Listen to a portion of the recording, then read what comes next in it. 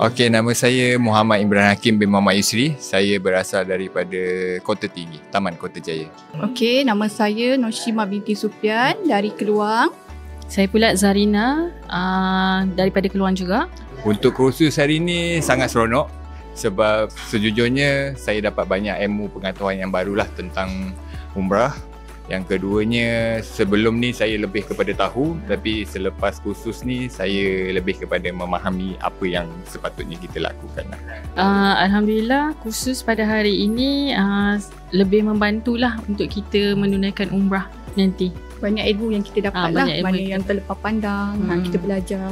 Semoga nanti umrah kita buat yang terbaik lah, insyaAllah. InsyaAllah. Alhamdulillah, first tu memang gementar, rasa bersyukur menjadi terpilih lah menjadi tetamu Allah kali ni. Rasa perasaan tu macam-macam, tak boleh digambarkan lah. Tak tahu lah kalau dah sampai sana tu macam mana kan. Macam tu lah. Sangat gembira sebab ini antara keinginan saya selama ni lah. So akhirnya dapat tercapai juga pergi. So Alhamdulillah, happy sangat, gembira.